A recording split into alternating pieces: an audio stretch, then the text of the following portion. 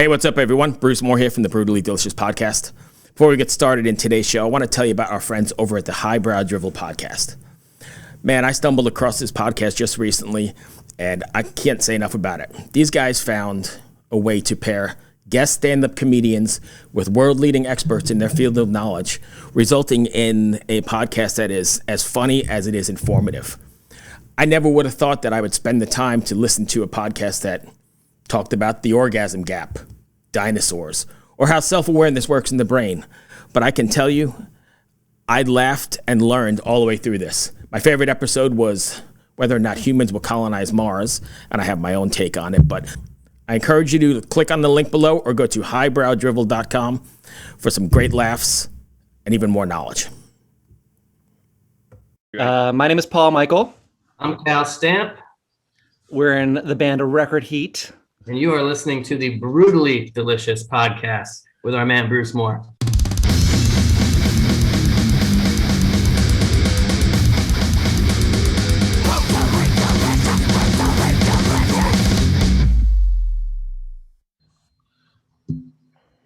And we're I think I'm. Go ahead. Okay, great. I was going to say Steve just emailed. I don't know if you saw that. He's not going to be able to make it today, unfortunately. I didn't see it yet, but that's okay. I usually have a partner, but she's sick today as well, so we'll just make it all work. Cool. Well, thanks for figure it all out. Oh yeah, thanks for joining me. Where are you guys located at? You're in New York? Yeah, New York. Yeah, Brooklyn. Oh, okay, area. Cool. Or actually, I was in Ridgewood. I was Queens, and then like in Steve's in Greenpoint, and then not Cobble Hill. What's the other hill? Anywhere. I'm originally from Long Island. Yeah, I'm originally from Long Island and actually worked in a bunch of studios in New York City for years. Oh, cool. Yeah. Where'd you work? I worked at the Hit Factory for a while as an intern and an assistant, and then at Soundtrack for about 10 years as an engineer. Way back. That's awesome. Yeah, cool. way back in the hip hop days. It was all hip hop and rap. Oh, no then. kidding. Oh, yeah. Great. Yeah, like Public Enemy, Heavy D, that kind of weird stuff. Yeah. So it was cool. But that's awesome. Were you on those? Yeah, it's cool. All right. It's good stuff though. Oh yeah, it was great. I mean, great experiences. I had a lot of fun, but we're not here to talk about me. So let's talk about you guys. Can you give us the? Can you give us the 2-second boardroom pitch for those not familiar? Okay. Record Heat is an energetic pop band from Brooklyn, New York that likes to freak people out. I think that's pretty much it. That's pretty good. And you came across pretty well. I'll give you the 15 second. Yeah. That's great. I ask people that quite often, and it seems like they're deer in headlights. They can't seem to get through that. So. I start to open my mouth, and sometimes things come out that shouldn't come out, but things always come out. No, that's good. That's good. It's for sure. So let's talk about the new EP. When is it supposed to be released? It's coming up shortly, right? Well, there's one which came out in March. Right. Record Heat 1. There is a new EP coming out in July. Another one. The second. I thought it was June. Combo. Right. We have like a. Oh yeah. So we have a couple. We're gonna release 3 EPs total. Three song EPs over the course of the next year. So that's a number. The second one is coming out. It's not called 2 though. We decided. We found we figured out a name, but it's not called 2. Are they all connected in theme? Kinda. I mean, they're definitely all the songs for these EPs came out of a the last couple years, and they all are a lot more personal. It was pretty kind of crazy couple years, right? We had we got signed to Atlantic for a hot second. We got dropped from Atlantic after a hot second. We got a new label. We changed the name from Spirit Animal to Record Heat. Right. So it was kind of like it was a big, personal time, introspective time. We were touring a ton, so we were together a lot, which for better or for worse, kind of like sort of as a catalyst that amplifies all sorts of, interpersonal demons. Sure. which makes for great art. It makes for great writing. We like it definitely pulling from some plot. So like, so for this session, these sessions, it was all, especially Steve, since he's writing the lyrics, he had some stuff to get out, and it shows, and it's great. It's a little more from the heart, than what he's done in the past, which has kind of been more like pop and universal sort of themes. Right. But now he's like, I think he hit sort of a sort of like a special spot. Do you find that it changed your trajectory or changed your sound when he started writing more from the heart? Because to me, pop is more bubbly and doesn't really take on the heavy issues, right? Where you kind of do so here. Does that make sense?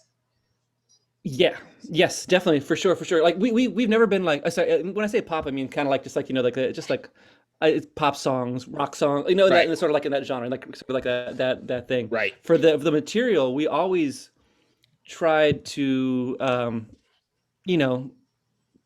put in the extra effort. For a lot of reasons. We're all I come from like punk and hardcore. Steve's like just like a smart dude. He's like, he got 1600 SATs. He's like wildly smart. And Cal is into all sorts of like, like some of his favorite songwriters are the classics, right? The Eagles, the Right. Tom Petty's of the world, the ones that like, like put a lot of effort into the craft and Right. how they developed a song, right? And so we like to sort of harken back to that for sure when we write anyway. So we always try to be a little smart with it. And we always try to go the extra mile. And it's funny because in the studio, it's so funny because we'll be writing and Steve's always like, it's his favorite thing to say. It's like, we can beat this. We can beat this. We can beat this. So like we will, and it frustrates the hell out of me and Cal for sure because we'll both be like, oh, that sounds great. Okay, we're done. And Right. Steve will come up and be like, we can beat this. And so Hey. so it can be like a really. Excuse me 1 second. Cal's here. Oh, nice, awesome, great. I'm getting him in. Sorry, I didn't mean to interrupt you, but here he is. No. Yeah. So let's get this guy in here. Speak of the devil. Cal. Hello. Hey, can you hear us What okay? up? I can. Yeah. Sorry, I was in the waiting room, but it must not have been connecting or something. I don't know. You just showed up and I let you in as soon as I saw you. So welcome. We're just chatting. Wait, yeah. How are you doing? I'm doing well. My partner's not here today. She got sick, so you're gonna have to just deal with me, but I'm prepared and ready to roll. No, same with us. Same with us. Steve's on daddy duty. I'm sure Paul already told you. Yeah. So anyway, I was just at the part where I was like telling him about the we can beat this stuff about our lyric writing process. Oh. And the frustrations it can cause, but also the fact that it makes some good stuff happen. Yeah. Carry on. Don't let me. do you find it? Your answer. I know. Maybe you're not necessarily writing it, but do you find it cathartic, in a sense, getting that shit out there? Oh yeah, definitely. Cal, you want to take You mean this? lyrically? Yeah. Yeah. I think so. Especially, I'm sure Paul. I'm not sure if you already mentioned this, Paul, but particularly on this new EP, it's all pretty personal and it's all heavily. It's all about our sort of experience, ups and downs, highs and lows in the music business, and getting slapped around by everyone, by all that music money. Right. So along those same lines, then, do you find that people that you've connected with reach out to you at some point, either online or I guess you haven't had shows in a while, but do you find people connecting with it, and how does that make you feel? Well, yeah. Well, the shows were great. I mean, we go back to because we were, definitely a touring band and a performance band. We were just touring hard for a while, and like we have a really really great fan base, and yeah, they would come up to us after the show all the time, and especially Steve, because Steve would like man the merch booth and hang out, and he made it a real point to connect to everybody. And so I think that point of contact and that realness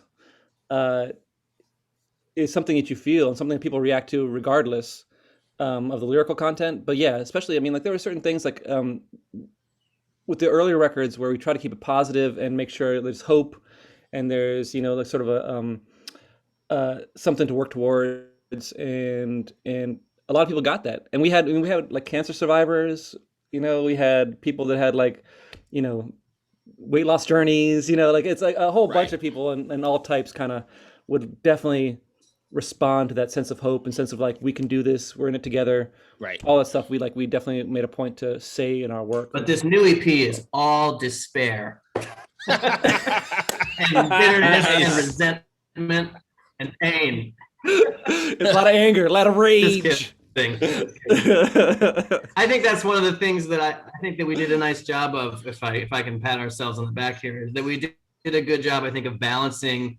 genuine expressions of struggle and frustration with I think the record's still fun and it's still joyful and it's still got a lot of I don't think you come away with it feeling like you listen to some bitter guys complaining about the record business. I think you come away with it, you had a kind of a laugh with us about what it's like, and and we're still at it because we still love it, and that's why you do it.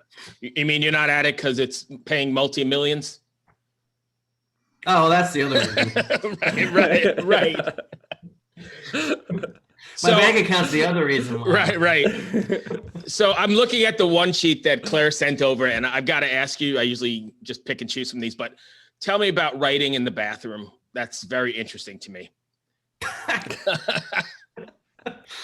Well, it's typically like it's typically just kind of an escape. I grew up in a house that was like 5 people, 2 bedrooms, 3 siblings, all in a room together. And so the only way for me to get away often was to go like lock myself in the bathroom, and I would go take my music or my headphones or a book, and I would just like hole up in there, and my mom would be like pounding on the door because she wanted to use the bathroom.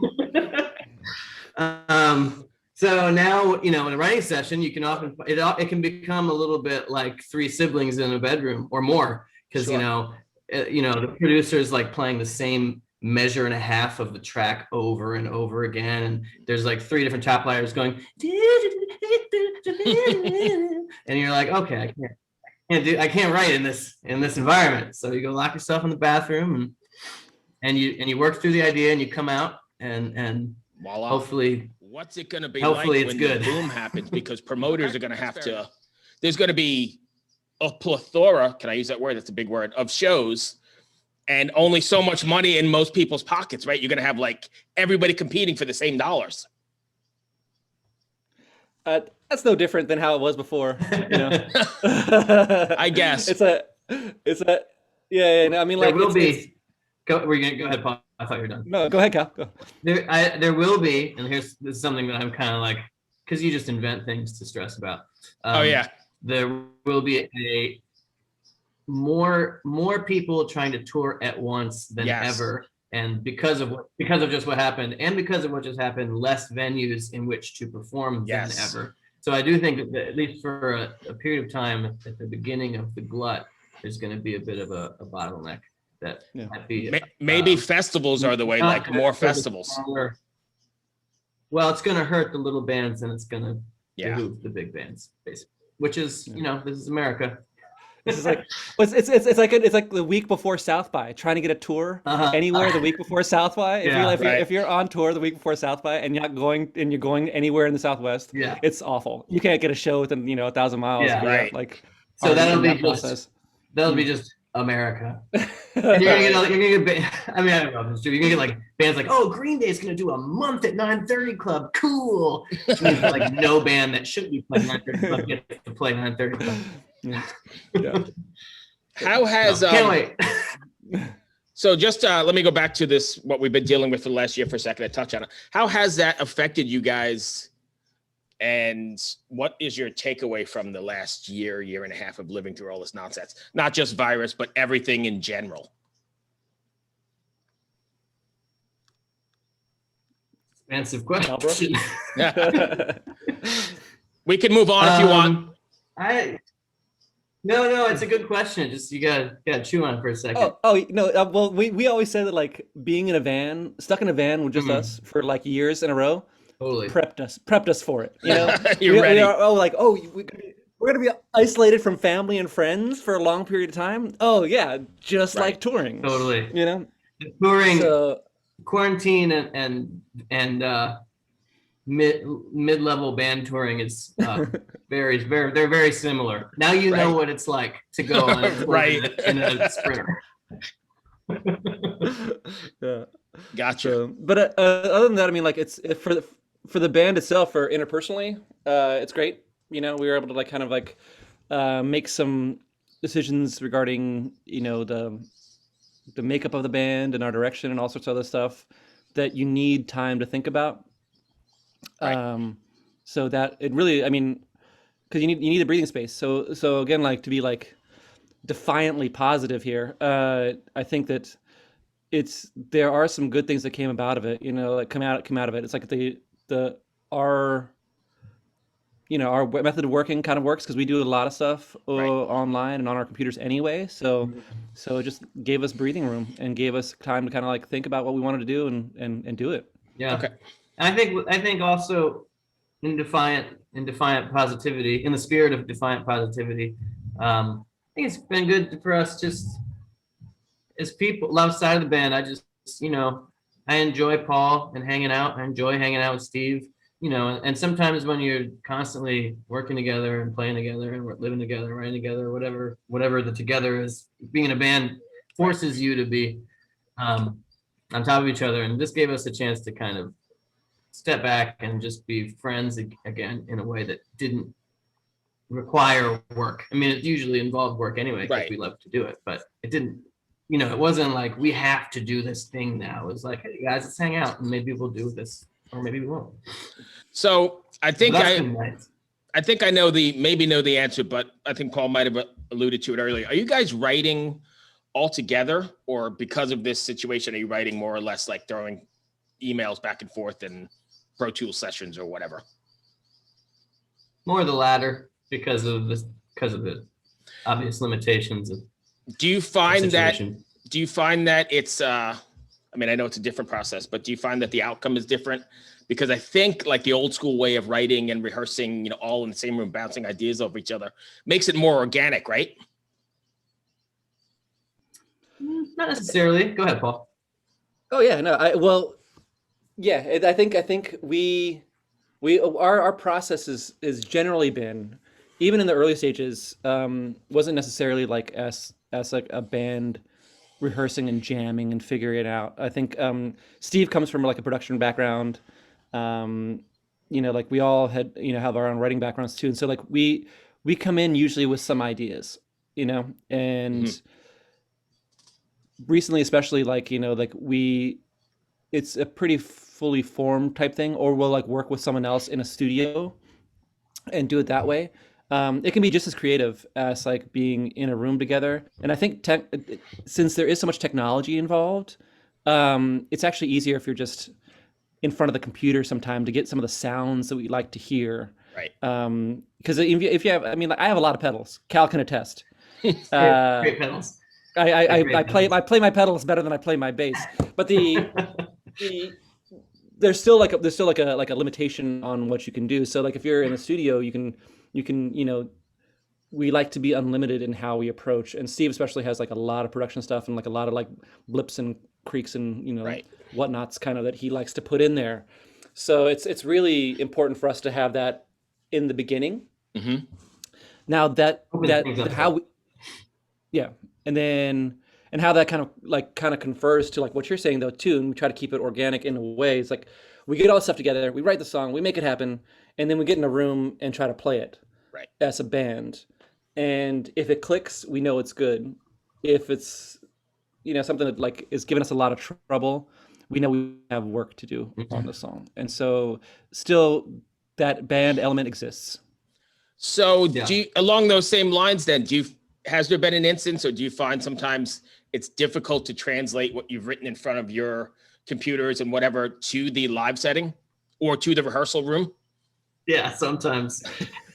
right? Because you could just layer shit on and do all kinds of crazy quantizing, but then maybe it doesn't come across live. You've come across that?